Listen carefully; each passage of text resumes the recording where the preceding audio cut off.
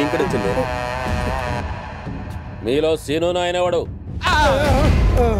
కత్తిట్లీరా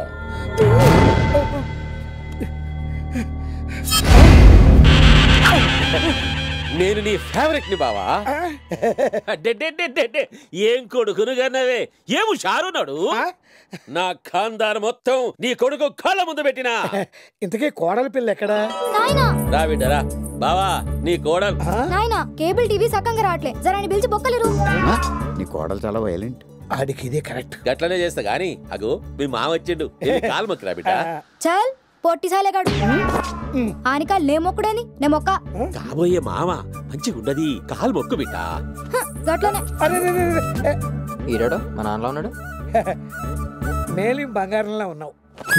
నాన్నగారు మీరేంటి ఇక్కడ చెప్పా పెట్టకుండా ఒకసారి లోపల రండి ఎందుకు చెప్పాలరా మాతో మాట కూడా చెప్పకుండా పెళ్లి చేసుకోవడానికి రెడీ అయిపోయావు రాజన్న గారు పెద్ద మనిషి కాబట్టి మమ్మల్ని ఏసీ కోచ్లో పిలిపించారు హో మీరు పిలిపించారా మా అల్లుడు పెళ్లి దగ్గర అవుతున్నది కదా నువ్వు ఒకసారి లోపలికి రా నాన్న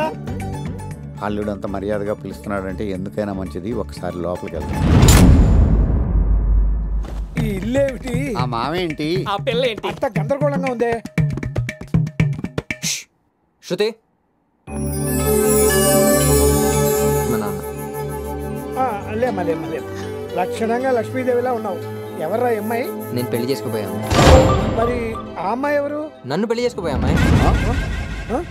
కన్ఫ్యూజన్ గా ఉంది మీ కన్ఫ్యూజన్ కు క్లారిటీ రావాలంటే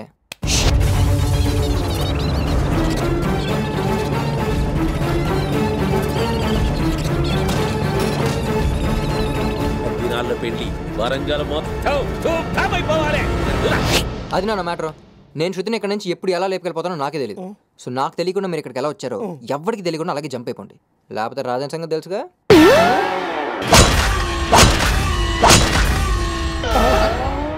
నాకేం అర్థం కావట్లేదు బావా నాకు అర్థమైంది మన చావుని వెతుక్కుంటూ మనమే వచ్చాం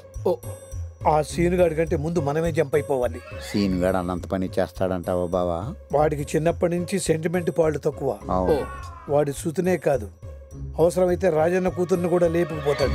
ఈ మధ్య అమ్మాయిలు బాడీ ఉన్న వాళ్ళు కాదురా బ్రెయిన్ ఉన్న వాళ్ళు పడిపోతున్నారు ఎగ్జాంపుల్